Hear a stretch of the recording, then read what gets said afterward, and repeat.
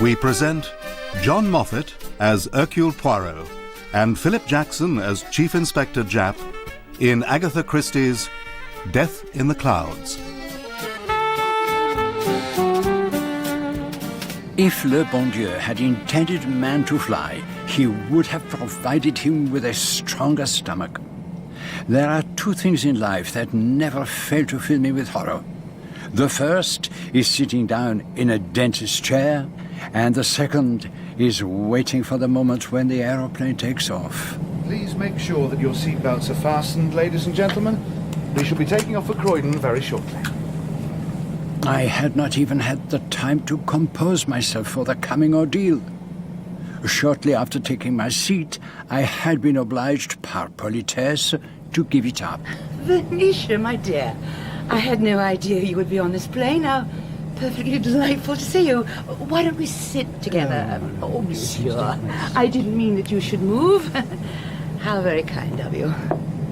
I moved to a seat further back in the plane, and no sooner had I sat down than the engines began to roar, and we moved on the runway. I tried to distract myself by studying the faces of my fellow passengers. What were they thinking? The pretty girl in the corner seat on the other side of the gangway, for instance. So it's all over. 1 week living on the Riviera with all the really smart people. And all because of the Irish sweepstake. And now it's back to giving disgusting old women permanent waves. But why is she trying so hard not to look at the handsome young man sitting opposite her? She is very much aware of him, and he of her. She's pretending not to let on, but she remembers me all right. That evening in the casino when she lost her last stake on number 6, and I pretended that my winnings on number 5 were hers. I did that rather well. And the woman to whom I was obliged to give up my seat, she has scarcely said a word to her friend. Oh, mon Dieu, she's going to light a cigarette. Excuse me, madam. No smoking on board. Oh, hell. Sorry, madam. Send my maid to me, will you? She's in the forward compartment. Yes, madam. She is decidedly nervous, that one. And I do not think it is the flying that frightens her. Your dressing case, my lady. Thank you, Madeline. Can you find my nail file? Oh, certainly. Here it is, my lady. Yes. You may go back now. The channel below gleamed in the sunlight. I had taken a mild sedative to steady my stomach, and it was beginning to take effect. I was growing very drowsy. The two Frenchmen sitting behind me seemed to be arguing about prehistoric pottery. And was the man beside me really taking out a flute from its case? Or was I dreaming? Excuse me, sir. It is Dr. Bryant, isn't it? Yes, I am Dr. Bryant. There's a lady sitting at the back there on the other side of the aisle. I don't like the look of her. I was awake in an instant. The doctor was bending over a stout, middle-aged woman dressed in black who was slumped down in her seat. She's dead. I was rather afraid of that. When did you last see her? Alive, I mean. She was as right as rain when I brought her coffee down. When was that? About 3/4 of an hour ago. She's been dead for at least half an hour. There's some kind of puncture mark on her neck. Pardon, monsieur, but there was a wasp flying about the cabin earlier. I killed it. Is it possible that the poor lady died of a wasp sting? Well, it is possible, I suppose. We shall be landing at Croydon any minute. Is there anything I should do, Doctor? No, nothing. The body must not be moved, of course. Just a little moment. There is something... My dear sir, you'd better return to your seat. But there is something that has been overlooked. Do you see? Here on the floor. Another wasp, by the look of it. Yes. It is very like a wasp. But it is not a wasp. It's a kind of miniature dart with orange and black feathers. Good Lord. I never expected to see anything like this with my own eyes. You recognize it, monsieur? This is a thorn that is shot from a blowpipe by certain native tribes. Can't remember now whether from South America or Borneo. And I strongly suspect that the tip... No, don't touch it. You mean this is the famous arrow poison of the South American Indians? Can it be possible? How did you recognize it? I write detective stories. My name is Daniel Clancy, and I made myself quite an expert in unusual ways of killing people, but I never thought I'd see anything like this in real life. Gentlemen, you must return to your seats. The plane is about to land. At Croydon, we were informed that we would have to remain in the aeroplane until the arrival of the proper authorities. Oh, this is absolutely outrageous. Shutting us in here with a dead body? It was nearly half an hour before we were taken off and ushered into the presence of the proper authorities, in the shape of my old friend, Chief Inspector Japp. I hope not to keep you any longer than is necessary, ladies and gentlemen, but as I'm sure you will appreciate, you will have to remain here until the facts of the matter have been established. Nonsense. I am Lady Horbury. You cannot detain me in this manner. I am sincerely sorry, Lady Horbury, but you see, this is a very serious matter. It looks like a case of murder. Murder? And now, Dr. Bryant. If you would care to come this way, Dr. Bryant. May I assist at your interview? Monsieur Poirot. Sorry, I didn't recognise you all muffled up like that. Do come along, by all means.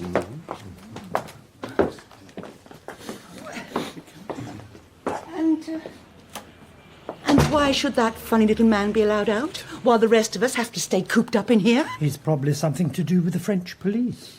Whoever he is certainly most observant. Well, at least they can't stop me having a cigarette in here.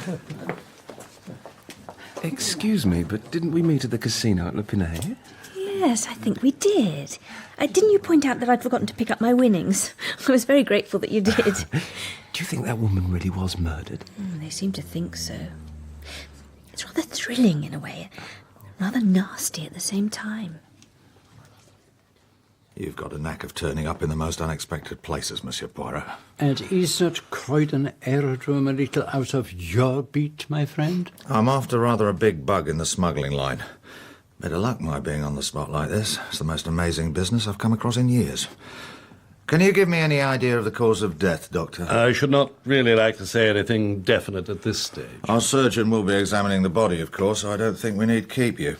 Though I'm afraid you'll have to go through the same formalities as the other passengers. I should be only too happy. I prefer you to make sure that I haven't got a blowpipe concealed on my person. My sergeant will take care of that.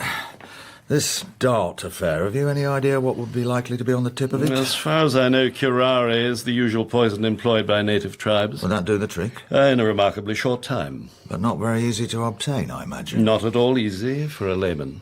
Then you better make sure to search him extra carefully, Sergeant. Thank you, Doctor.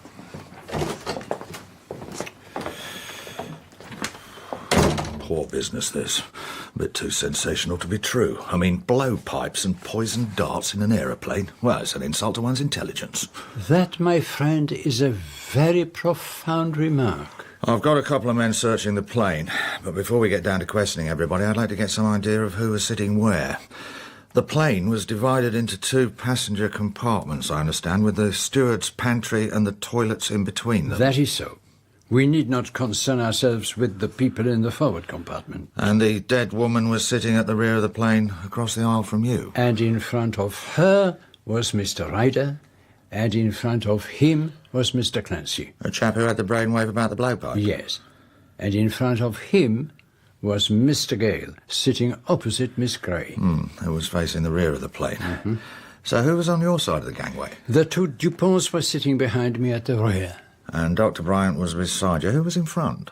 The Countess of Horbury, with the Honourable Venetia Carr sitting opposite her. That seems clear enough.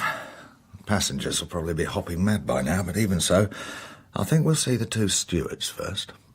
But the stewards revealed remarkably little, other than that the dead woman, Marie Morisseau, was a regular passenger. Business of some kind, I suppose. You don't happen to know what her business was? No idea, I'm afraid. Did she speak to anyone on the plane or show any sign of recognition? Not that I saw, sir. Did she leave her seat at any time? No, sir. Permit me one little question. Did you notice a wasp flying about the plane? There was no wasp that I know of. Nor had Lady Horbury, who had noticeably calmed down by the time she was called, seen the wasp. And did you have any previous acquaintance with the dead woman, Marie Morisseau? No, she was quite unknown to me. And you didn't notice anything unusual during the flight? Nothing, but I was facing towards the front of the aeroplane. And did you leave your seat during the journey? No. Did anyone else? I think 2 of the men passengers went to the cloakroom, but I can't be certain. And you didn't see anyone handling anything that looked like a blowpipe? A blowpipe? Was that how she was killed? No, I certainly didn't. We've got to find that blowpipe, Poirot, if there really is such a thing. I suppose that writer chap hasn't gone off his onion and decided to do one of his crimes in the flesh instead of on paper. Why do you not ask him, my friend? Have you ever owned a blowpipe yourself, Mr. Clancy? Yes, I have, as a matter of fact. I was writing a book, you see. It was all a question of the position of fingerprints on the blowpipe. I had to know exactly, you see. So I bought one from somewhere in the Charing Cross Road. Do you still have it? Well, yes, I think so. Where is it now? Well, I suppose it must be somewhere around. What exactly do you mean by somewhere around? I don't quite know where it is. Is it with you now, for instance? No. No, I haven't laid eyes on it for months. Did you leave your seat at all on the plane? No, certainly. At least, yes, I did. And where did you go? I went to get a Continental Bradshaw out of my raincoat pocket. And where was that? At the back of the plane. So you passed just by the dead woman's seat?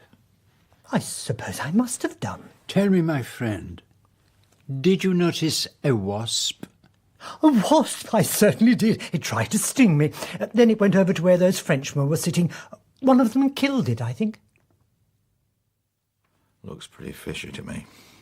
He actually owns a blowpipe, and he went all to pieces when I asked where it was. Perhaps that was your threatening manner, my friend. I never threatened Poirot. You should know that. There's nothing for anyone to be afraid of if they're telling the truth. Anyway, if it isn't him, it'll be those 2 Frenchmen. A very sinister-looking pair. And they've got a battered old suitcase plastered with foreign labels of all sorts. I bet they've been to Borneo in South America. You mark my words, they're up to something. Oh, my friend, they are hardly the cutthroats. They are 2 very distinguished archaeologists. You're pulling my leg. Not at all. They are Armand Dupont and his son Jean, and they have come to England to lecture to the Royal Archaeological Society. Well, if you say so, Poirot. But you must admit they don't look much. The world's famous men seldom do. I myself have before now been taken for a hairdresser. You don't say. Well, let's have the rest of them in. But none of them seem to have noticed anything of any importance. Lady Horbury's acquaintance, the Honourable Venetia Carr, had spent all her time staring out of the window. Mr. Ryder, who was only concerned about making his business meeting, was engrossed in his papers. Norman Gale, who turned out to be, oh ma foi, a dentist, had eyes only for the beautiful Miss Grey. You were facing the rear of the plane. Did you happen to notice Madame Morisot at all? Oh, yes. I noticed her all right. And why was that, Miss Grey? Well, she was most frightfully ugly. And her hair was a terrible mess. After they had all been questioned, Japp's sergeant came in carrying something carefully wrapped up in a handkerchief. It was a blowpipe, and he had discovered it pushed out of sight behind seat number 9, the seat which had been occupied by me. So this is your work, old bird. Oh, mon ami, when I commit a murder, it will not be with the arrow poison of the South American Indians. It is a bit low, I admit. A crude detective story dodge, but it seems to have worked. So what are we looking for? A man who has travelled to South America or Borneo, or wherever they carry on like that? Now, if you look closely, my friend, you will notice a microscopic piece of paper adhering to the pipe. It looks very like the remains of a torn-off prize ticket. I fancy that our murderer found the blowpipe not in the upper reaches of the Amazon, but in some Paris curio shop. That will probably make the search easier. And there is one little favour I beg of you, mon ami. What's that, Poirot? I would like all the passengers' luggage and the contents of their bags and pockets to be checked and listed. They'll kick up a terrible fuss. Oh, I am sure you are more than capable of handling that, mon ami. Very well, Poirot. Anything for the great detective. The inquest on Madame Morisot took place 4 days later. It told me very little that I did not know, except for the evidence of one witness, Monsieur Fournier of the Sûreté. Although the name on the passport of the deceased was Marie-Angélique Morisseau, she was better known by the name of Madame Giselle, one of the most notable money lenders in Paris, with a number of clients in England, particularly among the upper and professional classes. She was a woman of very original character, and reputed to be extremely wealthy. The implications of this seemed to make very little impression on the reporters present in court, who were far more excited by the blowpipe and the poisoned dart. According to the chief government analyst, it had been dipped in the venom of Dyspholidus typus, a South African snake better known as the boomslang. There was a small stir of interest when Lady Horbury was called, but as it turned out, the reporters were more interested in her hat than her evidence. The jury were, however, greatly impressed by the fact that the blowpipe had been found behind my seat.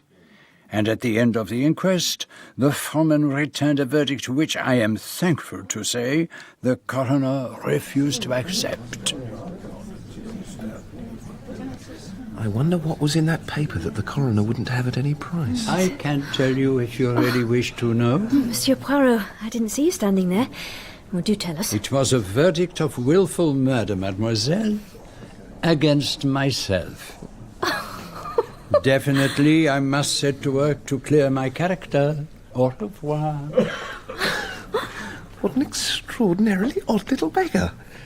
I don't see how he could do much detecting. Any criminal could spot him a mile off. You've got very old-fashioned ideas about detectives. They don't crawl about with magnifying glasses wearing false beards nowadays. They just sit down and think the case out psychologically. Rather less strenuous. Physically, perhaps. But of course you need a clear, cool brain. You mean a hot, muddled one wouldn't do? Look, would you mind... I mean, it would be frightfully nice. How about having a cup of tea with me? Oh, thank you very much. I think that would be an excellent idea. It's an odd show, this murder business. I don't quite know what to make of it all. I'm certainly worried about it from the work point of view. I'm an assistant in a hairdresser's, and they mayn't like to employ a girl who's been mixed up in a murder case. Anyone's only got to look at you to know you couldn't murder anybody. I'm not so sure about that. There's one of my regular ladies. She's got a voice like a corncrake, and she grumbles about everything. I really think sometimes that killing her off would be a good deed all round, so long as I could be sure I'd get away with it. Well, you didn't do this particular murder anyway. I can swear to that. And I can swear that you didn't. Of course, I don't know what my patients would make of it all. Your patients? I'm a dentist. And a dentist who might be a homicidal maniac is not a very alluring prospect. I hope you don't mind me being a dentist. Why should I mind? Well, there's always something rather comic about a dentist. Not a very romantic profession. Well, it's decidedly a cut above being a hairdresser's assistant. I feel we're going to be friends, don't you? Oh, yes. Great friends, I'm sure of it. Now, who do you really think murdered that Giselle woman? Well, old boy, that was a pretty narrow escape. You might have been locked up in a police cell. I fear that such an occurrence might have damaged me professionally. Well, it wouldn't be the first time a detective turned out to be a murderer. Ah, Monsieur Fournier. May I present my old friend, Monsieur Poirot? I witnessed your performance in court this morning. I think I had the pleasure of meeting you some years ago. Now, may I suggest that you both come and dine with me in my rooms? That is, if you and my old friend Jap do not object to my collaboration. That's all right, old cock. After all, you were in on the ground floor, so to speak. Even if it was up in the clouds. A delicious meal, Monsieur Poirot. You have disproved the common assumption that it is impossible to eat well in England. A bit Frenchified for my taste, but quite respectable in its way. A meal should always lie lightly on the stomach. It should not be so heavy as to paralyze thought. And we're certainly going to need our thinking caps this evening. Tell us what you can about this Giselle woman, Monsieur Fournier. To tell the truth, I know very little, particularly as far as her private life is concerned. She was a woman of business, a woman who enjoyed power, and she would never allow sentiment to affect her commercial instinct. Would you say she was an honest woman? According to her own lights. What exactly do you mean by that? The law could have called her to account if only evidence had been forthcoming. Oh, come on, don't beat about the bush. What was she up to? Chantage. Blackmail. Of a very special kind. It was Madame Giselle's custom to lend money on what you call in this country note of hand alone. She must have had a very special kind of clientele. Her customers lay exclusively among the upper and professional classes, classes particularly vulnerable to the force of public opinion. And easy victims for blackmail. She had her own very efficient intelligence service. It was her custom, before lending any large sum of money, to collect as many facts as possible about the client in question. At the same time, she was scrupulously honest. She never made use of secret information to obtain money that was not already owed to her. But there must have been cases when she had to write off a debt. What happened then? The information in her possession would be made public. Well, all this opens up a very pretty line in motives for murder. And then there's the question of who's going to come into her money. Can you help us there at all, Monsieur Fournier? There was a daughter. She did not live with her mother. Indeed, I believe that Madame Morisot had not seen her since she was a tiny child. But she made a will many years ago, leaving everything, apart from a small legacy to her maid, to her daughter, Anne. As far as I know, she's not made another. Her fortune is large? I'd guess 8 or 9 million francs. Just as well the young lady wasn't on that plane, or she'd have been our top suspect. How old would she be, this Anne Morisot? About 24 or 5, I should imagine. I don't very well see how she could be connected with the crime. But we'll have to get down to this blackmail business. Everyone on the plane categorically denies knowing Madame Giselle, but one of them's obviously lying, and we've got to find out which. An examination of her papers might give us an idea. I fear not. Immediately after the news of her death came through from Scotland Yard, I went straight to her house. All the papers in her safe had been burned. Who burned them? Do you know? She had a confidential maid, Elise, who had instructions to burn the contents of the safe in the event of anything happening to her mistress. She evidently had her own strict code of morality. Exactly. She was ruthless, but she kept faith with those who kept faith with her. Right. Well, let's get down to it, shall we? There were 11 passengers in that part of the plane, including the dead woman, and there were 2 stewards. It doesn't seem very likely that either of them would have been borrowing money on a grand scale, but we can't exactly rule them out. They were up and down the gangway, and one of them could easily have taken up a position from which they could have used that blowpipe. Mind you, of all the damn fool ways to commit a murder. And yet it succeeded, did it not? We 3 sit here talking about it, but we have no knowledge of who committed the crime. That is success. Right, let's take a look at the passengers, starting up the end of the steward's pantry and the toilets. Seat number 16, that's the hairdressing girl Jane Grey.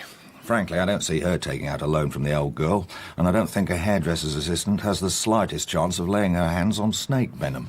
It's not as though they use it in hair dye. An error on the murderer's part, perhaps?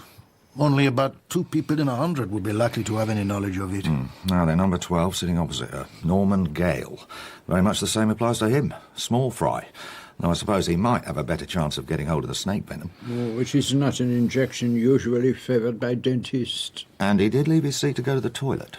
But that's in the opposite direction from Madame Giselle. To kill her with a blowpipe, he'd have needed the kind of thing that would make a right-angled turn. So he's pretty well out of it. I agree. So, we'll cross the gangway to seat 17, the Honourable Venetia Carr. I suppose she could have borrowed a bit from Madame Giselle, and she could just about have taken a sporting shot diagonally across the cabin. Surely Lady Aubrey is a far more likely suspect. I happen to know she had been losing very heavily at the baccarat table in Le Pinet. She's certainly the type of person to be mixed up with Madame Giselle. But how could she have done it? She didn't move during the flight. She'd have had to kneel up on her seat and lean over the top of it with all the other passengers looking on. Have you considered Dr. Bryant? Big boy in Harley Street. Not very likely to go to a French moneylender. But I bet he could pick up a test tube of snake venom as easy as winking. I assure you, my friend, I have not forgotten that point. Mind you, Ryder in seat number 4 was directly in front of the woman. He went to the toilet. He could have taken a pot shot at her on his way back. The only thing is, the archaeologists would have been bound to notice, which leaves us with them. Their position in the cabin is pretty good from my point of view, and they've knocked about the world. They could easily have got hold of snake poison. It is possible, yes. But you don't believe it's likely? To be honest, I do not. So, let's take a look at where we stand. Jane Grey, Norman Gale, Venetia Carr. No obvious motive, and possibility practically nil. Lady Horbury, motive strong, possibility nil. Dr. Bryant could have a motive, and possibility good. Clancy, motive doubtful, possibility good. Ryder, motive uncertain, possibility fair. The DuPonts, poor as regards motive, good as to means of obtaining poison. A very precise summary, Chief Inspector. Of course, there's a fair bit of checking up to do. Will you investigate the DuPonts when you get back to Paris, Monsieur Fournier? Of course. I shall return tomorrow morning. There may be something to be got out of Madame Giselle's maid, now that we know a little more about the case. And what about you, Monsieur Poirot? Are you going to take a hand? Oh, yes. I should like to accompany Monsieur Fournier, if I may. Enchanté. You've been very quiet over all this. Any ideas? Have you the list of the belongings of the passengers, my friend? It will be on my desk first thing in the morning. Perhaps you would like to take a look at it before you accompany Monsieur Fournier back to Paris. I would be delighted, my dear Japp. Most of it's pretty routine stuff, as you can see. James Ryder, business cards, pigskin note case. And a letter informing him that a loan had been successfully negotiated, otherwise we'd be in Quiz Street. Silver cigarette case, match folder, letter signed Maudie, making appointment at the Trocadero. Dr. Bryant, cigarette case, lighter, and he was carrying a flute in a case. Huh? Strange. I thought that was a dream. Norman Gale had a briar pipe and an empty matchbox, white linen coat, dental mirrors, dental rolls of cotton wool. And the DuPonts were carrying several hollow tubes which they said were Kurdish pipe stems. Well, they could have done the job just as well as a blowpipe. Daniel Clancy, newspaper cutting about arsenic poisoning, a golf ball, Continental Bradshaw, and the manuscript of Murder on Vesuvius. Miss Carr, 2 cigarette holders, receipted hotel bill, Paris, photograph of 2 spaniels. Miss Grey, tube of aspirin, French phrase book, casino counter for 5 francs. Lady Horbury, diamond ring, and like her friend Miss Carr, 2 cigarette holders. Complete makeup outfit in her dressing case and a small bottle labelled boracic powder. Boracic powder, my eye. The white stuff in that bottle was cocaine. Nothing to do with our case, perhaps. But I've an idea that her ladyship wouldn't stick at much to get what she wanted. Have you seen this morning's sketch? Sun worshippers. The Countess of Horbury and Raymond Barraclough at Le Pinet. He plays small parts in films, does he not? There isn't much material in that bathing dress of hers, is there? I will take the newspaper with me, if I may. Want to have a close look, eh? Well, any of this stuff about the passengers been of any use to you? On the face of it, your list seems to point plainly to one person as the murderer. Are you pulling my leg? Oh, no. Quelle idée. But at the moment I cannot see why, or even how. Now I must be on my way to Croydon. Well, have a good flight, and keep your eyes open for poisoned darts. And so, once again, I subjected mon pauvre estomac to the hazards of the air. But the flight was smooth, and I had the antics of Monsieur Fournier to distract me. He had with him a small tube of bamboo, which, at intervals during the flight, he would put to his lips, always aiming in a different direction. And whenever he did so, every eye in the cabin was fixed on him. On our arrival in France, we drove directly to the house of Madame Giselle in the Rue Juliette, where her maid Élise Grandier was waiting for us. Please, come in, messieurs. I decided that my best course was to sit quietly in a corner and say nothing. Poisoned? There is no question of that. No, mademoiselle. No question. Whoever would have dreamt of such a thing? Well, that is perhaps where you can help me. You must know who were her enemies. Why should Madame have enemies? Oh, come, mademoiselle. The profession of money-lender must always involve a little unpleasantness. It is true that sometimes her clients were not reasonable. They made scenes. They threatened her. Oh, no, monsieur, it was not they who threatened. They were sorry for themselves, protesting they could not pay, but they usually paid in the end. You had no pity for them? Why should I? They lived beyond their means and had to borrow. Why should they expect to keep the money as a gift? Madame was always fair and just. She lent and she expected repayment. Were you aware of the means Madame used to make them pay? I knew nothing, monsieur, nothing at all. You knew enough to burn her papers. She had left me instructions that if she met with an accident or died away from home, I was to destroy them immediately. Very well. Now, listen carefully. It is possible that Madame was murdered by a person about whom she held damaging information. Information that was in those papers. Now, it would be quite understandable if you glanced through those papers before committing them to the flames. No, monsieur, I looked at nothing. The papers were in a sealed envelope. I burned it without undoing the seal. It is a pity. You acted honorably, but it is a pity. Before she left for England, did Madame say anything to you that might be of any help to us? No, monsieur. She had been away at Le Pinet. She was in good spirits and business was going well.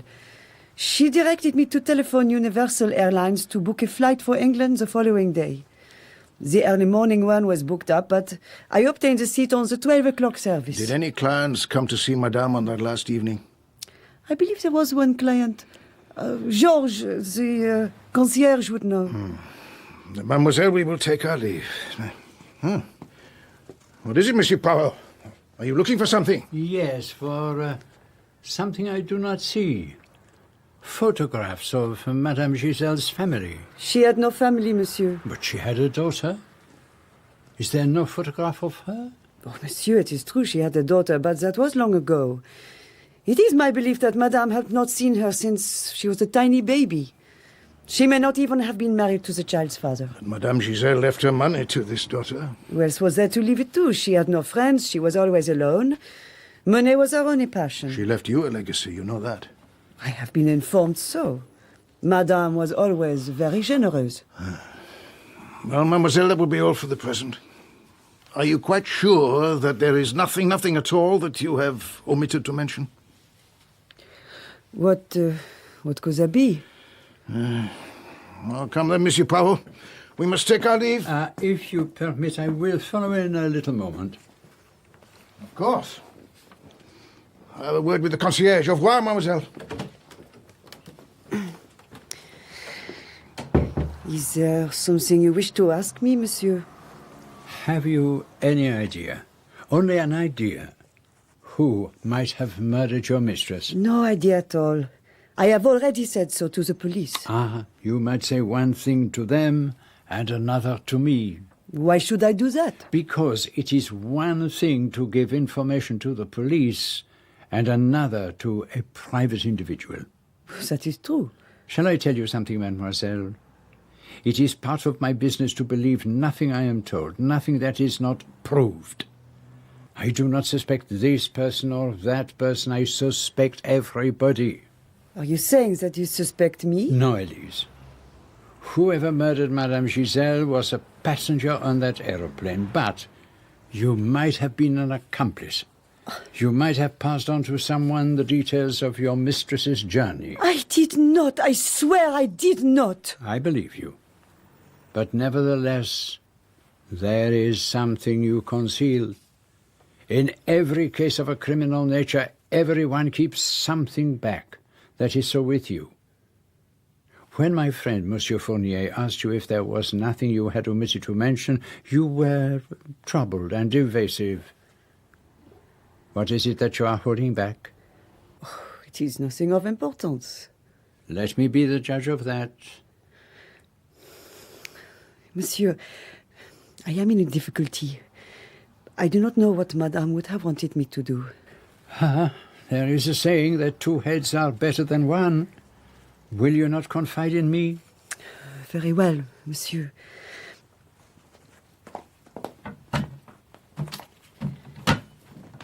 It is this. This little book was Madame's. It went with her everywhere. When she was about to depart for England, she could not find it. After she was gone, I came across it behind the head of her bed. I did not know what to do with it, so I kept it in my room. You see my difficulty, monsieur. I believe that you acted with the best intentions. But let me see if there is anything in this book that will aid us. I do not think that you will find anything of use. It is a private memorandum, but there are numbers only, no names. CX256, Colonel's Wife Station Syria, Regimental Funds. GF342, French Deputies, Stavisky Connection. Le Pinet, Monday, Casino 10:30, Savoy Hotel 5 o'clock. It means nothing, monsieur. Or so it seems to me. It may be very valuable. I will see that you will not be blamed for not handing it over to the police. Monsieur is very kind. One last question, mademoiselle. When you reserved a seat on the plane for Madame, did you ring up Le Bourget or the office of the company? I rang the office of Universal Airlines in the Boulevard des Capucines. Thank you, mademoiselle. That is where you score, my friend. The private individual gets far more out of witnesses than we ever do through official questions. But did the concierge tell you nothing? It was a lady who visited Madame Giselle on the night before she came to England. He did not identify her from any of the photographs, or at least he said he did not, but when I showed him the daily sketch, he gave a little start of recognition. Ah, and in the notebook there is a significant entry. CL52, English peeress, husband. She is, I understand, an addicted gambler. Nothing could be more likely than she should borrow from Madame. And the husband? Either the husband was expected to pay up for his wife's debts, or she had some hold over Lady Aubrey, a secret which she threatened to divulge to the husband. Something to do with the newspaper photograph, perhaps? Perhaps. There are more entries in the book which may refer to other passengers. RT367, Doctor, Harley Street. Dr. Bryan, perhaps? There's not much to go on. Anyone else? GF45, attempted murder. Well, that could be anyone. A murderer with a blowpipe, perhaps? The blowpipe. I have had a report from the Sûreté. A Greek antique dealer has reported the sale of a blowpipe. The price tickets he uses are very similar to the one on the murder weapon, but there is one vital difference. What is that? The silk on the darts was red, not black and yellow. And who was the purchaser of this blowpipe? An American, or so he says. Chewing gum, wearing tortoiseshell-rimmed glasses, did not speak French. Probably a wild goose chase. Probably. But now I am going to lead you on another wild goose chase. Where to? To the Boulevard des Capucines, the offices of Universal Airlines. And if you please, let me do the talking. Yes, monsieur, that is correct. Madame's maid asked for the 8:45 service, but it was fully booked, so we gave her a seat on the 12 o'clock flight. How very curious. A friend of mine who traveled on the 8:45 service on that day said that the plane was half empty. Well, possibly your friend has mistaken the day. No, there was no mistake. It was the day of the murder. He said if he had missed that plane, he would have traveled on the flight on which that woman was killed. Well, of course, sometimes when people arrive at the last minute... No, that was not the case. Do you not think it would be better if you were to tell me the truth? I don't understand you, monsieur. You understand me very well. You should also understand that in a case of murder, it is a very serious offense to withhold important information. How much were you paid and who paid you? I meant no harm. I had no idea. How much? 5,000 francs. Continue. A man. I'd never seen him before, came in and said he was going to England the following day. He wanted to negotiate a loan from Madame Giselle, but he wanted to appear to meet her by chance. He knew that she would be traveling the following day, but he could not manage the earlier flight. All I had to do was to tell her that the early service was full and to give her seat number 2 on the 12 o'clock flight. I saw nothing wrong in that. And they do business in unconventional ways. Americans? Yes, monsieur. Describe this man. He had grey hair, horn-rimmed glasses, and a little beard. And did he book a seat for himself? Yes, seat number 1, next to Madame. And what was his name? Silas Hopper. His seat was never occupied. There was no one of that name on the flight. You have withheld important information from the police. This is a very serious offense. Why was it so important that Madame Giselle should travel on that flight? There is some factor here that I do not understand. But who is this mysterious American? Oh, no, there is no American. It is the same as the man who bought the blowpipe, the chewing gum, the nasal accent, the spectacles, and now the false beard. It is easy enough. It would certainly seem to rule out Lady Aubrey. Perhaps, but the man who booked the ticket does not necessarily have to be the murderer, my friend. Yes, it would be easy enough for her to persuade someone to help her. She is a beautiful woman. Murder has a strange way of bringing people together. To have been close to a mysterious death, to share the ordeal of a coroner's court, establishes a bond of friendship between perfect strangers. Jane Grey, lunching alone at a Lyons Corner house, was suddenly aware of a face at the next table that was vaguely familiar to her. Excuse me, mademoiselle, but do you not recognize me? We have not been introduced, it is true, unless you call murder a form of introduction. Oh, of course. You were on the plane. Jean Dupont. And I'm Jane Grey. So you're still in England, then? You permit that I join you? Yes, of course, please. My father has been in Edinburgh to give a lecture. We are returning to France tomorrow. Oh, I see. The police have not yet made an arrest? Oh, I haven't read anything in the papers. Perhaps they've given it up. Oh, no. They never give it up. They work silently, in the dark. Don't. Give me the creeps. Yes. It is not a nice feeling to have been so close when a murder was committed. Who do you think did it? It was not I. She was far too ugly. You mean you would rather kill a good-looking woman than an ugly one? Is it really so strange? If a woman is good-looking, you are fond of her. She treats you badly, she is unfaithful, she makes you mad with jealousy. So you say to yourself, I will kill her. It will bring me satisfaction. And does it? That, mademoiselle, I do not know, because I have not yet tried. But an ugly old woman like Madame Giselle, who would want to kill her? I suppose that's one way of looking at it. But perhaps she might have been pretty once. Yes. It is the tragedy of life that women grow old. You seem to think a lot about women and their looks. Well, naturally. It only seems strange to you because you are English. You know, when I was sitting in the... how do you call it? The coroner's court? Yes. I looked at you and I thought, how nice it would be if I could see that girl again one day. And here I am sitting next to her. The gods arrange things very well sometimes. You're an archaeologist, aren't you? Yes, mademoiselle. Oh, you must have been to so many countries and seen so much. I shall never go anywhere or see anything. You would like that? To go abroad, to see the wild parts of the earth? You would not be able to get your hair waved, remember? It waves by itself. Mademoiselle, as I said, I have to return to France tomorrow. It would give me great pleasure to spend a little more time in your company. I wonder if you would care to dine with me tonight? Oh, I'm sorry. I've already arranged something else. I too am sorry. You will come again to France? I don't expect so. I doubt whether I shall win the sweepstake again. The sweepstake?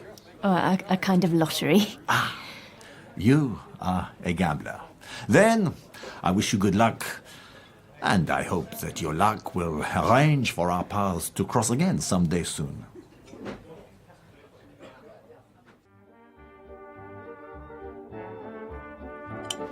You've hardly spoken a word all evening.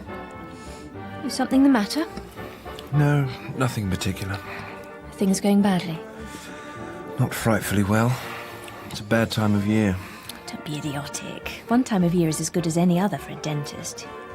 Are people cancelling their appointments because... Because they don't want to sit in a dentist's chair and be practised on by somebody who might be a murderer? Half of them are scared stiff of going to the dentist at the best of times, and now... Oh, it's so unfair. It makes me feel so guilty. Why should you feel guilty? Because I've become quite a draw at Antoine's. Everybody wants me to do their hair so they can hear about the murder at first hand. I've even talked Antoine into raising my wages. Whereas, as far as I'm concerned, if things go on like this, I shall have to pack it all in and emigrate to Canada or somewhere. I'm sure it won't really come to that. I feel so much at the mercy of things. If I were a young man in a book, I'd get down to finding out which of the passengers on the plane really did the murder.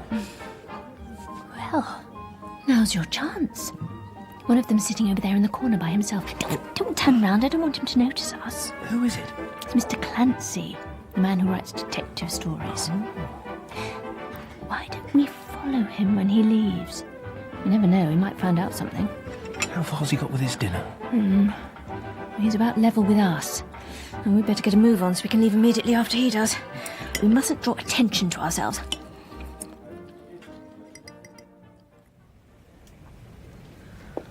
What the devil's he up to? He keeps stopping and starting and changing direction. Is he trying to throw us off the scent, do you think? I don't believe he's actually noticed us at all. Oh, he stopped again. Well, why is he looking at the butcher's shop? He seems to be chattering away to himself. What's the matter with him? And off he goes again. He's certainly getting a move on. We're going to have a job keeping up with him without being noticed.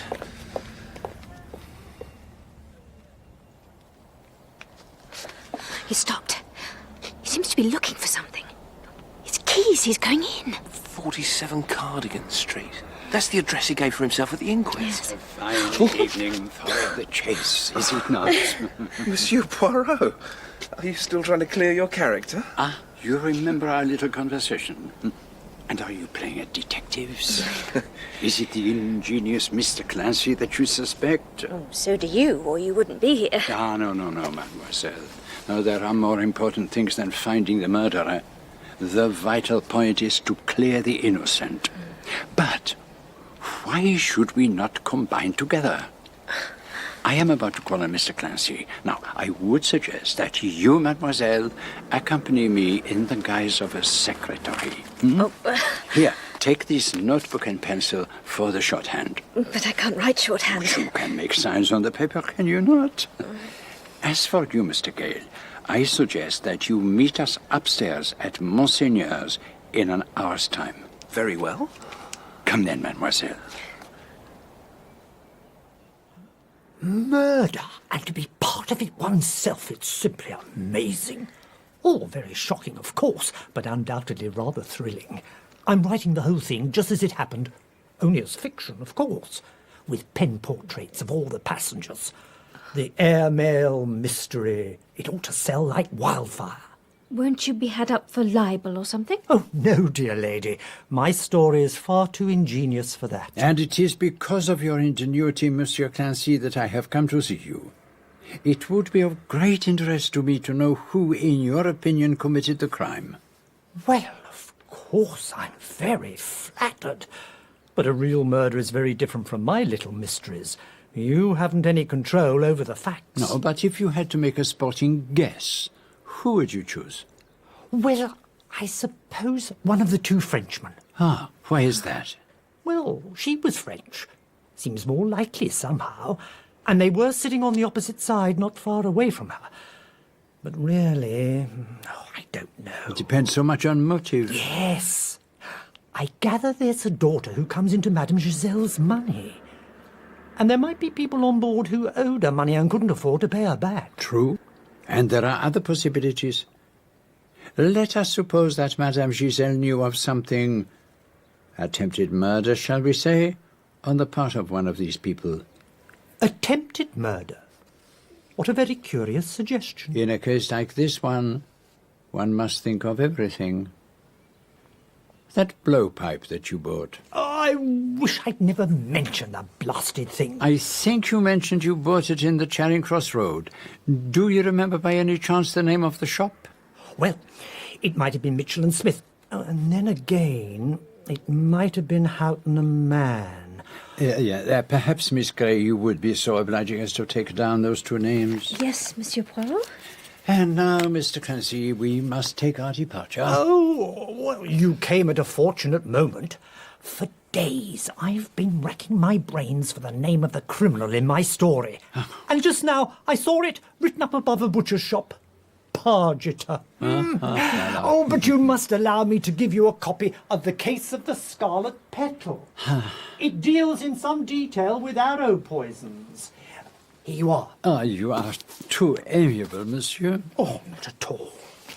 I notice, Miss Grey, that you don't use the Pickman system of shorthand. No. Miss Grey uses a much more efficient system recently devised in Czechoslovakia.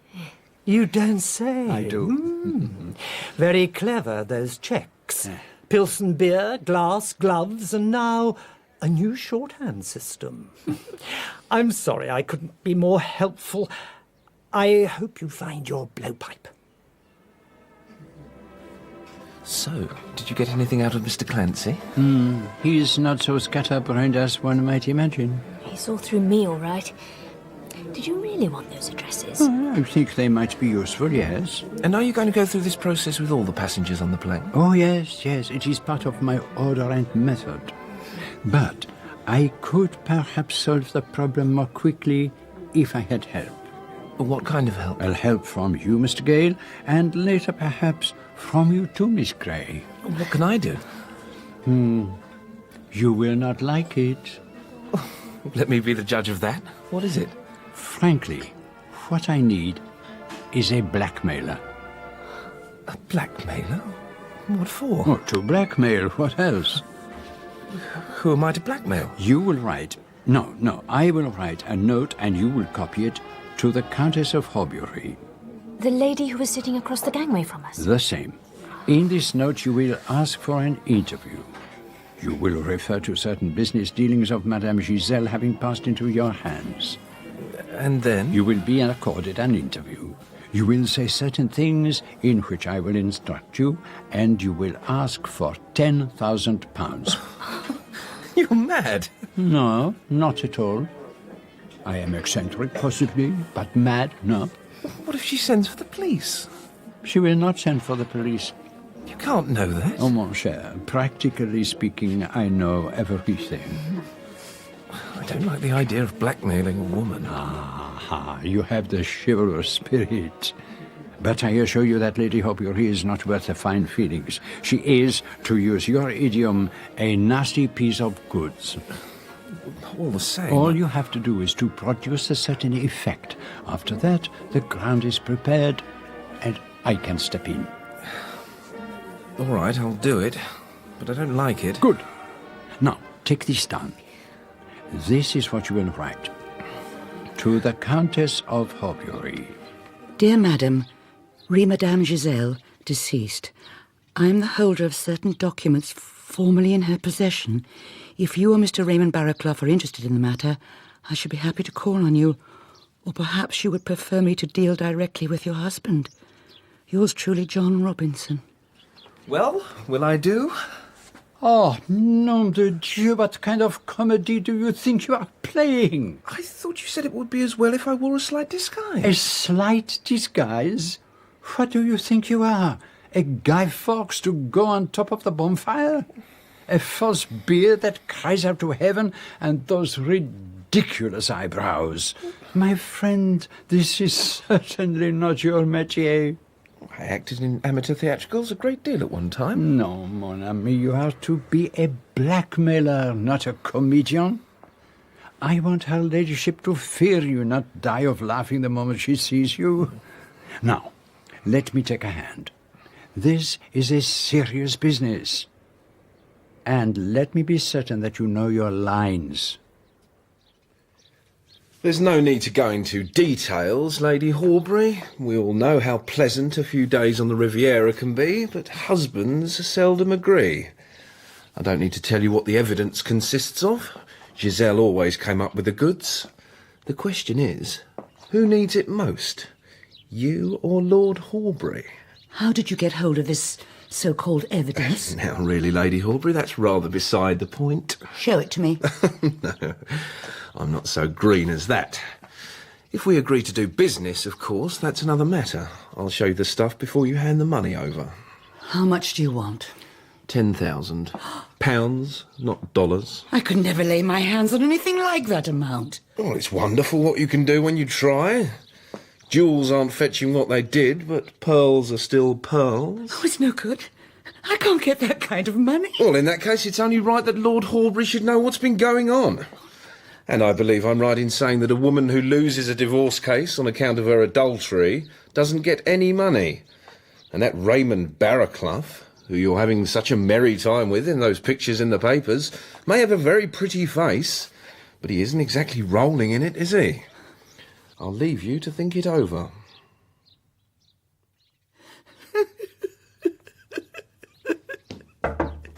What is it? Monsieur Poirot is here to see you, your ladyship. Oh, is he? What does he want? He said he was here at the request of Mr. Barraclough, my lady. Then you better show him in, but give me a moment, will you?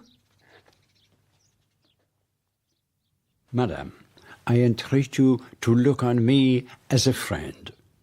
You are, I know, in great trouble. Oh, I don't know what you're... Écoutez, I do not ask you to give away your secrets. I know beforehand. That is the essence of being a good detective. A detective? Of course you were on the plane. Now let us get down to business.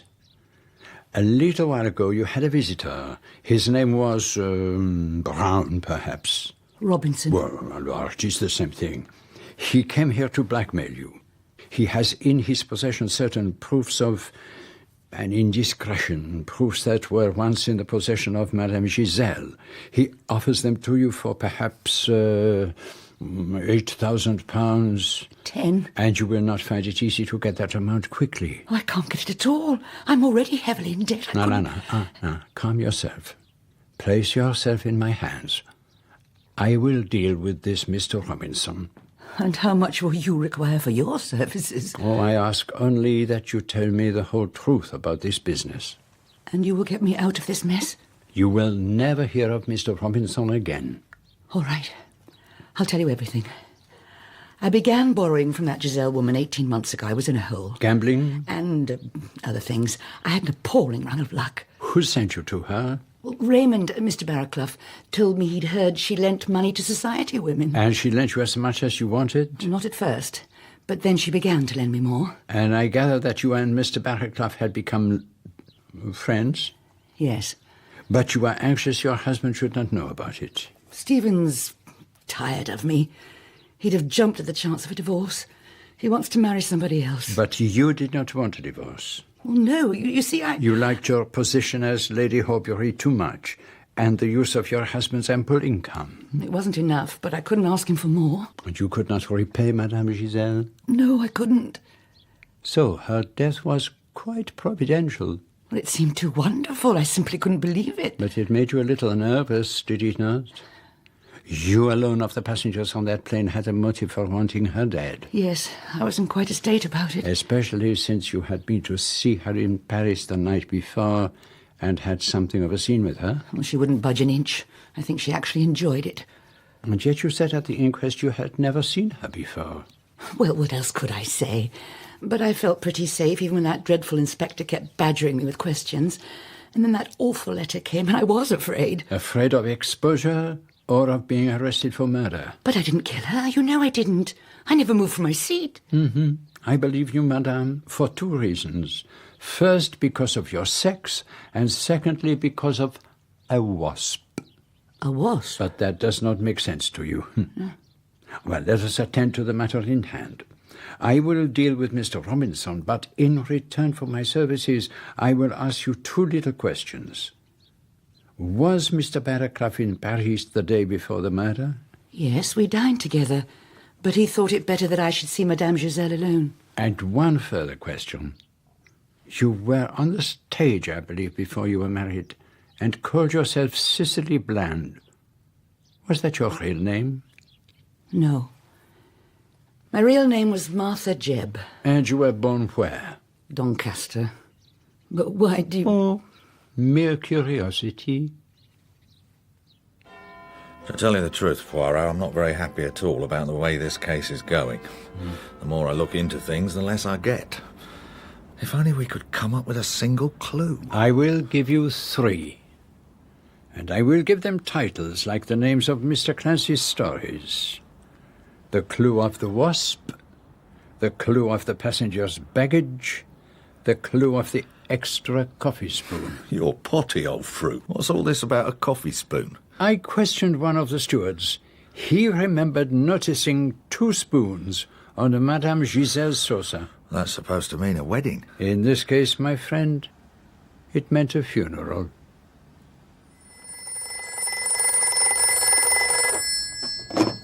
Is that Monsieur Hercule Poirot? Speaking. I have a call for you from Paris, Monsieur Fournier. Pray be so good as to put him through at once. Go ahead, caller. Monsieur Poirot, it is most important that you come to Paris straight away. Can you be at my office by 2 o'clock tomorrow? The daughter of Madame Giselle has come to claim her inheritance. It was the event for which I had been waiting. The entry on the scene of the shadowy figure of whose presence I had been conscious all along. Now, very soon, all would be made clear. But this time I did not feel inclined to trust my stomach to the hazards of the air. I travelled by the boat train, taking with me, once again as my secretary, Miss Jane Grey. It couldn't have come at a better time, really. I've been given the push. The push, mademoiselle? I had a row with Antoine. I lost my temper with a customer. Oh. She really was an absolute cow. I was feeling nervy, and I just let rip and told her what I thought of her. I ought to be looking round for a new job, I suppose, but I couldn't resist your offer of a few days in Paris. And the good Mr. Gale, he has no objections? Well, why should he? He doesn't own me. He's much too concerned with trying to make up his mind whether to move to Canada or New Zealand. But what's all this about? Do you want me to trail around and do my phony shorthand act? Now, the object of my journey is to meet the daughter of Madame Giselle. But I wish also to speak further with the Duponts. Now, perhaps while I am taking on the father, I will leave the son to you. You remember him from the inquest, I imagine? I've seen him since then. I ran into him at Lyon's Corner House. Ah, excellent. Better and better. But listen carefully. I do not want you to tell him about the daughter of Madame Giselle. It might be as well if, without actually saying it, you could convey the impression that Lady Horbury is suspected of the crime. You don't think he did it, do you? No, he is not exactly top of my list, but I am keeping open all my options until I have encountered this mysterious figure who is about to step into the limelight.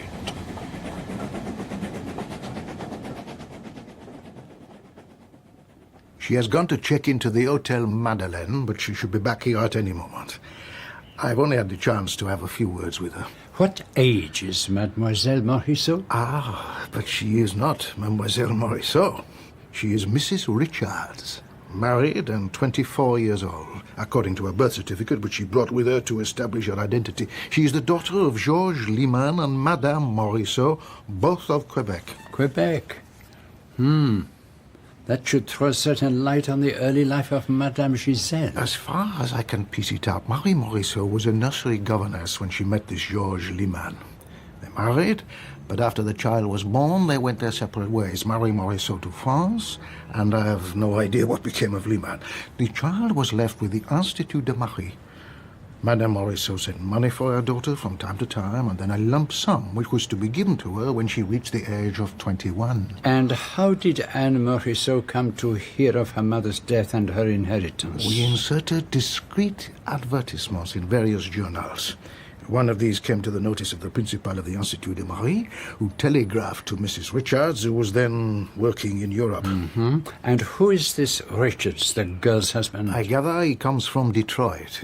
He is a maker of surgical instruments. He did not accompany his wife? No, he is still in America. And is Mrs. Richards able to throw any light on the reason for her mother's murder? She knows nothing whatsoever about her, apart from the few facts given to her by the principal of the Institut de Marie. But she is here.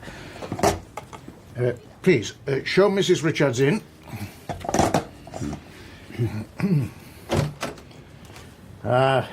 Madame, allow me to present Monsieur Hercule Poirot, who is kindly helping the police in their investigation into your mother's death. I am pleased to make your acquaintance, monsieur. Though my feelings in this matter are hardly those of a daughter. To all intents and purposes, I have been an orphan all my life. The head of the Institut, Mère Angélique, is the nearest I have had to a mother. And you left the Institute when, madame? When I was 18, I worked for a time as a manicurist and then in a dressmaker's shop. And when did you meet your husband? A little over a year ago. I was in Nice, and he was about to return to America. He came over again on business to Holland, and we were married in Amsterdam a month ago. He has already gone back home, and now I am about to join him there. And the first you heard of the tragedy was from Mère Angélique? Oh, no, I read about it in the papers, but I had no idea the victim was my mother. Then I received a telegram from the Institut de Marie, and I presented myself here. I'm very happy to answer your questions, messieurs, but I do not really see how I can help you. After all, I never knew my mother. You are disappointed, mon vieux. You had some idea about that girl. Did you suspect, perhaps, that she might be an impostor? No, I never thought that. And the young lady seems genuine enough. It is odd, though. I feel that I have met her before. But no matter. She has no light to shed on the mystery, and it all makes less and less sense. I must put through a call to Quebec. Well, did you have any luck? A little. I spoke with Mère Angélique at the Institut de Marie, and she confirmed all that Mrs. Richards told us about her upbringing there. Madame Giselle seemed to think that it was better for the child to grow up away from her influence. But how did Mrs. Richards come to be in Nice? It's rather an unlikely place for a good little convent girl. Apparently, she had a job as a lady's maid, and she came to Europe in that capacity. And what about her father? What happened to him? That was the main reason for my telephone call. He was an obvious suspect. But he was killed in the early days of the war. There was something I was saying a moment ago, something that... Please excuse me, I'm still listening. It's just, I've got a jagged nail. I need to find a nail file. Nom du nom! What's the matter? I remember now why the face of Anne Richards seemed familiar to me. She was in the aeroplane on the day of the murder. Huh? Lady Horbury sent for her to get a nail file. Anne Richards was Lady Horbury's maid. Oh, please, mademoiselle, will you telephone Monsieur Fournier and ask him to come here straight away? This changes everything. But why did no one mention this before? Why was she not included among the suspect persons? Because she was not on the passenger list. I have spoken to Lady Horbury, who says that her maid usually travel by rail and boat. It was only at the last moment that she decided that she should accompany her. But where was she during the flight? In the front part of the aeroplane. Yes, I remember now. Lady Horbury sent for her just after the plane had taken off. She didn't appear again. Where did she go for the nail file? Do you remember, mademoiselle? To where the coats and cases were, at the rear of the plane. Past where Madame Giselle was sitting. The poison must have had a delayed effect. But it is not possible. Oh, can all my ideas have been entirely wrong? Oh, mon vieux, such things happen. They happen to me. They do not happen to me. But it does not make sense. If it was only arranged for her to travel on the plane at the last minute, how could she have known that her mother would be a passenger? Oh, mon Dieu. What is it? What's the matter? I was not wrong. I am sure of it. And if that is so, then Anne Richards is in imminent danger. I must go to her hotel immediately. Will you have the goodness to remain here, mademoiselle, in case there is any further news? Yes. Come, mon ami. There is not a second to lose. What is it, Monsieur Poirot? What has happened? Did you find her? Life is very terrible, mademoiselle. What do you mean? When we reached the hotel, we were told that she had left with an American for the Gare du Nord. An American? She was surprised to see him, it seems. He put her in a taxi, but did not go with her. He said something about the boat train. But did they find her? Oh, yes. When the train reached Boulogne, she was slumped across her seat with a little blue bottle in her hand. It had contained prussic acid. You mean she killed herself? Ah, that is what the police think. Well, what will you do now? I shall return to England tomorrow. But I would prefer you to remain in Paris, if you will. There are various tasks that you could perform for me, and I would still like you to talk to Jean Dupont. Oh, that's already arranged. We're having dinner together tomorrow night. Oh, excellent. And, do not feel you have to hasten your return. Stay in Paris for as long as you wish.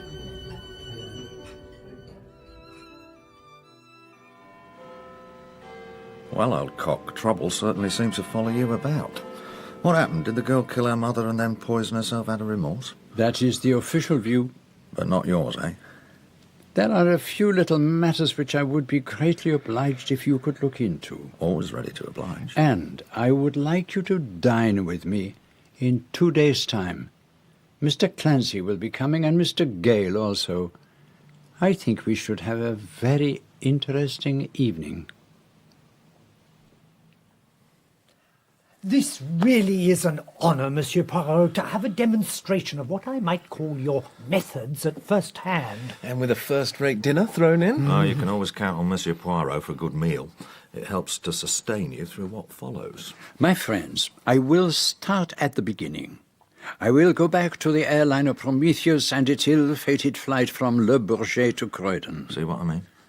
When, shortly before we were due to land, I suddenly awoke to find the steward asking Dr. Brandt to take a look at Madame Giselle, I had a feeling it might be something in my line. Whenever I come into contact with death, I am like the dog who lifts his head and sniffs the scent. Oh, you've got a good nose for murder, all right. At first, the cause of the poor woman's death seemed a complete mystery. Didn't somebody suggest she might have been killed by a wasp? One of the French chaps said it had flown in his face and he'd swatted it. And it was a perfectly plausible theory. There was a curious mark on the woman's neck.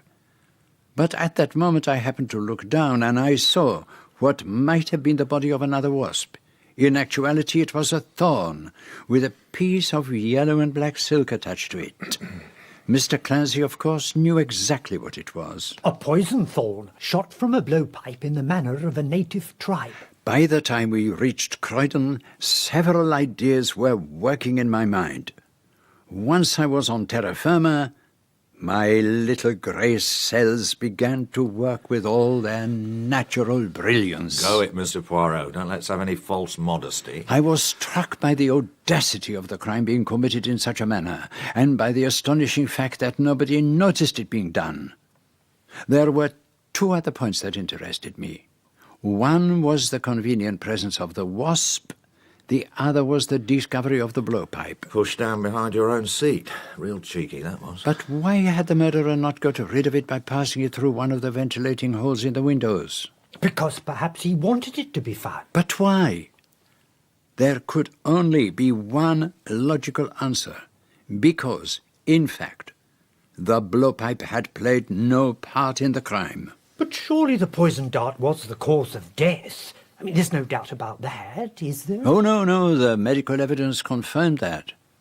So, I shut my eyes and asked myself, what is the surest way of placing a poisoned thorn in the jugular vein? And the answer came immediately. By hand. So why did the murderer go through all the blowpipe business? Because the blowpipe conveyed the suggestion of distance. If my theory was right, the person who killed Madame Giselle must have gone right up to her and bent over her. That could only have been one of the stewards. There was one other person. Mr. Clancy had passed immediately by Madame Giselle's seat, and it was he who had first drawn attention to the blowpipe theory. This is monstrous. It's outrageous. Sit down, Mr. Clancy. I have not finished. I am simply showing you the means by which I reached my conclusion. Next, I turned my attention to the wasp. You had that wasp in your bonnet. What was curious was that nobody had noticed it until after coffee had been served. It seemed that the murderer might be offering an alternative solution to the blowpipe, that Madame Giselle had been stung by a wasp and had succumbed to heart failure. But the success of that solution depended on whether the killer could retrieve the poisoned thorn before anyone noticed what had happened. Mm-hmm. It could be done easily enough. Was that why the silk attached to the thorn was yellow instead of cerise, so that it might resemble a wasp? Bravo, Mr. Clancy. It was just that. Our killer approaches the victim's table, presses the thorn into her neck, and releases the wasp. But how could the murderer have done that? I mean, do you mean he was carrying the wasp in a box or something? Which was why Monsieur Poirot was so interested in the contents of the passengers' pockets and their hand luggage. And here I came up against a totally unexpected development. I found what I was looking for, but it was on the wrong person. There was an empty Bryant and May's matchbox in Norman Gale's pocket. But by everyone's evidence, Mr. Gale had never passed down the gangway. He had only visited the toilet compartment, which was in the opposite direction from where Madame Giselle was sitting. Well, at least that puts me in the clear. Does it? There was a method by which Mr. Gale could have committed the crime, as the contents of his attaché case showed. Don't even remember what was in it. Oh, well, it can wait for a little. I am merely explaining my ideas about the crime. I now had two men who could have committed the crime, Mr. Clancy and Mr. Gale. But could I find a sufficiently convincing motive? And I confess I could not. You always did make life difficult for yourself. Of all the passengers on the plane, the only one who was undoubtedly mixed up with Madame Giselle and who would benefit by her death was Lady Horbury, and I did not see how she could have committed the crime. But what about this daughter of Madame Giselle's? She stood to inherit a pretty tidy sum. Couldn't she have been one of the women on the plane? The point did occur to me, Mr. Clancy. I ruled out Venetia Carr, and subsequently I was able to rule out Lady Horbury, but Jane Grey was another matter. I investigated her antecedents very carefully, and I satisfied myself that she was not the daughter of Madame Giselle. And so you reached a series of dead ends? So it seemed. And yet I was convinced that Mr. Gale was the murderer. There was the empty matchbox and the contents of the attaché case. But what did I stand to gain from Madame Giselle's death? All that happened was that I lost most of my best patients. I tried to gain Mr. Gale's confidence. I pretended to confide in him. I even persuaded him to help me in a fake blackmailing attempt on Lady Horbury. And it was there that he made his first mistake. I had suggested a modest disguise. He arrived to play his part with a makeup that was utterly ludicrous. No one could play a part as badly as he proposed to play that one, and there could only be one reason for this, that he did not wish to reveal how perfectly he could disguise himself, how well he could play a part. But I don't understand. Why should he want to play a part? Be patient, Monsieur Clancy. All will be explained. Because I was worried that Mademoiselle Jane was becoming too closely involved with Gale, I took her to Paris with me as my secretary, after Monsieur Fournier had told me that Anne Morisot was arriving to claim her fortune. The moment she walked into the room, I was convinced that I had seen her before, but I could not place her. And when I did, it was too late. And where had you seen her before? She was on the plane, and she was the maid of Lady Horbury. And when I discovered that, when I realized that she had lied, all my theories were overthrown. Here, overwhelmingly, was the guilty person. But then it became clear to me that she had not planned to be on the plane at all. She was there only as the result of a last-minute change of mind on the part of her mistress. I can't make head nor tail of any of I this. wouldn't let it worry you, Mr. Clancy. So when did you give up on the idea that I was the murderer? I did not give up. You are the murderer. For Goodness sake, this is ridiculous. Perhaps you would be so good as to reveal the result of your investigations, Chief Inspector? Your name isn't Gale at all. You only called yourself that when you went into partnership as a dentist with your uncle, John Gale. You took his name, but you were his sister's son, not his brother's. Your real name is Richards. It was as Richards that you met Anne Morisot at Nice last year when she was there with her mistress, Lady Hobury. Very quickly she became infatuated with you. You had her eating out of your hand. The story that she told us was not true. She did know her mother's maiden name, and she knew about her money-lending activities. She knew also that she might be heir to a vast fortune. From Anne you'd learned that Lady Hobury was a client of Giselle, and a plan began to form itself in your mind. Giselle was to be murdered in such a way as to throw suspicion on Lady Hobury. You mean to say Anne Morisot knew all about it? Oh, yes, yes. After all, did she not say that she never knew her mother? She and Gale met again in Nice this summer, and he began to put his plan into action. The clerk at Universal Airlines was bribed so that Giselle and Lady Hobury should travel on the same plane. But surely it was taking an absurd risk if Anne Morisot was going to be there as well. Ah, but as I told you, that was a decision taken only at the last moment by Lady Hobury, and that seriously jeopardized your plans, did it not, Mr. Gale? Your original idea was that Anne Morisot should claim the inheritance with a perfect alibi, since she would have been on the cross-channel ferry at the time of the murder. Later you would marry her, and the fortune would be yours. I imagine that for a moment when you saw her on the plane, your determination wavered, but you decided to go ahead nevertheless. You're very clever with your ideas and your imagining, Monsieur Poirot. You ought to be in Mr. Clancy's profession. What you imagined, Monsieur Poirot, is hardly evidence. Perhaps not. But then I do have a little evidence. Oh, really? Well, then perhaps you can tell me how I managed to kill Madame Giselle when everyone who was on the plane knows perfectly well I never went near her. I will tell you exactly how you committed the crime. And my evidence is in the contents of your dispatch case. You were on holiday. Why take with you a dentist's linen coat? That is what I asked myself. And the answer is that it closely resembled a steward's jacket. What's that supposed to mean? This is what it means.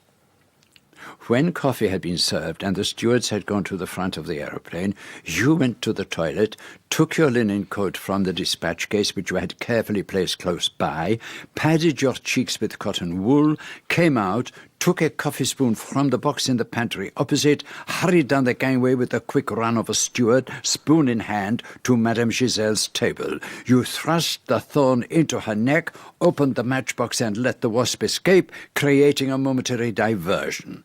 You hurried back to the toilet, changed your coat, and strolled leisurely back to your seat. The whole thing took only a couple of minutes. And what about Jane Grey? Do you suppose she wouldn't have noticed me capering about, pretending to be a steward? I can tell you the answer to that. As soon as you got up, Miss Grey took out her powder compact and had a good look at herself in her hand mirror, and then she started to powder her nose and adjust her lipstick. Oh, the vanity of women. That doesn't mean a thing. You can't prove a word of this. A photograph of you has been transmitted to Rotterdam. It has been identified as that of a Mr. Richards, who married Anne Morisot the week before she came forward to claim her inheritance. So I married her. What does that prove? You were playing a dangerous game. For over a year you had been planning to marry her in order to secure her inheritance from her mother. But, in the meantime, you had fallen very seriously in love with Jane Grey, and things were moving too fast for you. You heard that I had interviewed Anne Morisot, and you were worried that I might get the truth out of her. You hustled her out of her hotel and onto the boat train. You wanted to get rid of a woman who was already beginning to have second thoughts, and to free yourself to marry Jane Grey. You forced prussic acid down your poor wife's throat and left the empty bottle in her hand. You're making this up, every word. You even left your fingerprints on the bottle. That's impossible. I was wearing... You were wearing gloves. I don't think we need hear any more. James Richards, alias Norman Gale, I hold a warrant for your arrest on the charge of willful murder. I must warn you that anything you say will be taken down and used in evidence. Monsieur Poirot, this has been absolutely the most thrilling experience of my life. I cannot thank you enough. No. The good Jap deserves as much credit as I do.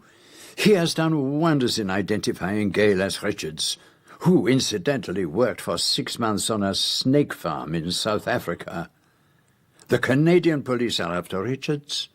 A girl he was mixed up with there is supposed to have committed suicide, but facts have come to light which seem to point to murder. Terrible. A killer.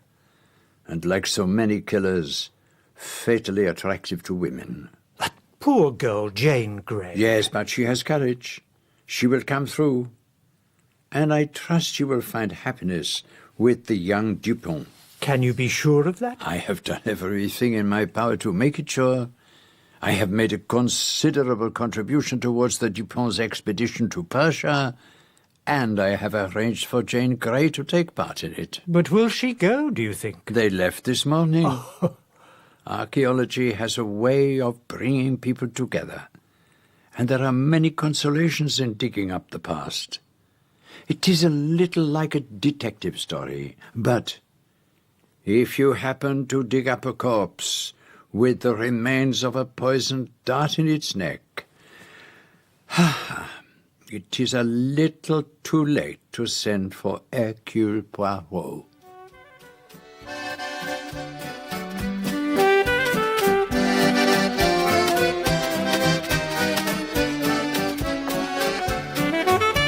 In Agatha Christie's Death in the Clouds, Hercule Poirot was played by John Moffat. Chief Inspector Japp, Philip Jackson. Monsieur Fournier, Geoffrey Whitehead. Daniel Clancy, Murray Meldon. Norman Gale, Ben Crowe. Jane Grey, Teresa Gallagher. Lady Horbury, Carolyn Jones. Jean Dupont, Andrew Harrison. Dr. Bryant, Bruce Purchase. Elise Gandier, Liza Sadovy. Anne Richards, Prianga Elan. The airline steward and agency clerk, Stephen Critchlow.